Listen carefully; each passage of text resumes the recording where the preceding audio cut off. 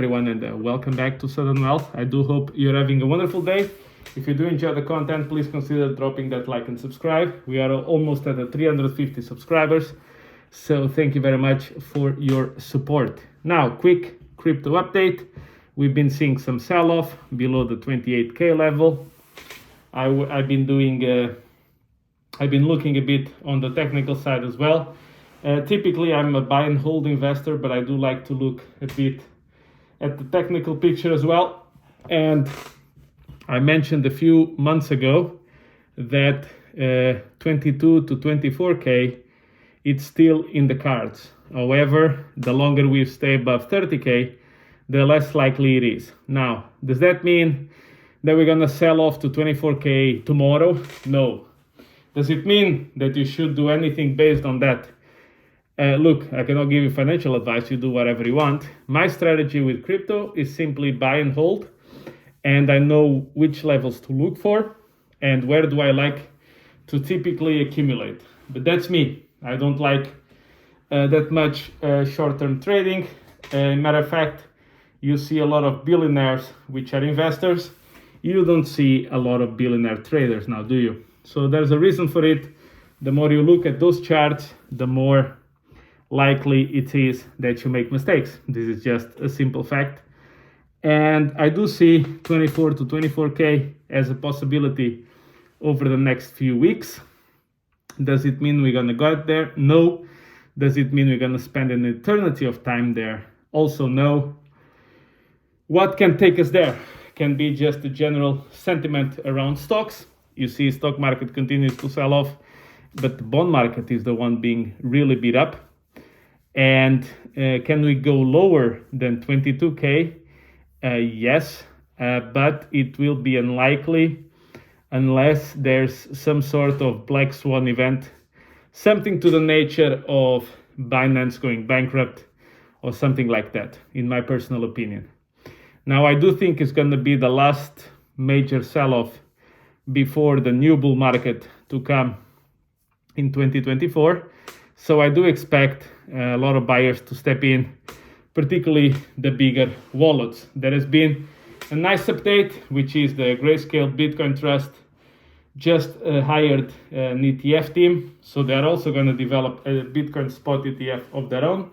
The problem with the trust that they had is that they didn't have daily redemptions, which means that they could only redeem for Bitcoin, meaning getting Bitcoin, over certain periods of time. So that's why you had either a discount or a premium, which is much less efficient than actually holding Bitcoin and making the settlements on a daily basis. So that's why they've been trying to move to a Bitcoin ETF for a long time as well. And by the way, we just got the first one. I've mentioned this in previous video, the first spot ETF approved in Europe, that has been approved and is listed in Europe in the Amsterdam Stock Exchange. And yeah, that's what I expect going forward. Now, in terms of crypto, should people panic? Is the bearish sentiment coming back in? I would say so. I'm starting to see a lot of talk about the banks again, about liquidity crisis, about all of these things, which means that, which ties in perfectly with the seasonal sell-off that you typically see in August and September. Now, next year is an election year in the US. I don't remember one election year where the stock market was down. So can it happen next year? Sure. But be mindful that you're betting on something that has never occurred in history before. There's a reason why the markets get propped up, and tends to be that the Fed, which is supposed to be impartial and non-politic, you quickly find out that that's actually not true. So even I think it was Bernanke, the previous Fed President Sherman, during the financial crisis, when he was saying that the crisis, the real estate crisis, was contained to subprime, he actually later in his life admitted that that actually was not really true, but he had to say that because he was part of the Bush administration. So that should tell you right there. Oh, so he is part of the. I thought that the Fed was not politically linked, but you could see that the reality came out of his mouth. I don't think if it was. I don't know if it was on purpose or not, but it just came out. So this is the type of things that you should be aware of. Now, I mentioned before already, I think a couple of weeks ago, that I do see that the sell-off after the vertical move that we had in stocks was actually going to be very positive.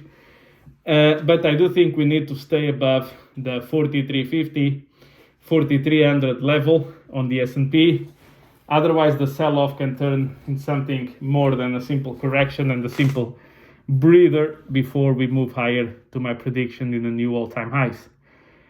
So that is the update on crypto and on the stocks. They seem to be to some degree correlated, and actually the volatility now that we're seeing a bit in crypto has been to the downside, because we've been, for quite some time without any kind of volatility in Bitcoin. I think Bitcoin and Ethereum volatility was lower than the oil market, for example, which is crazy, right? Crypto is supposed to be the extreme volatile space.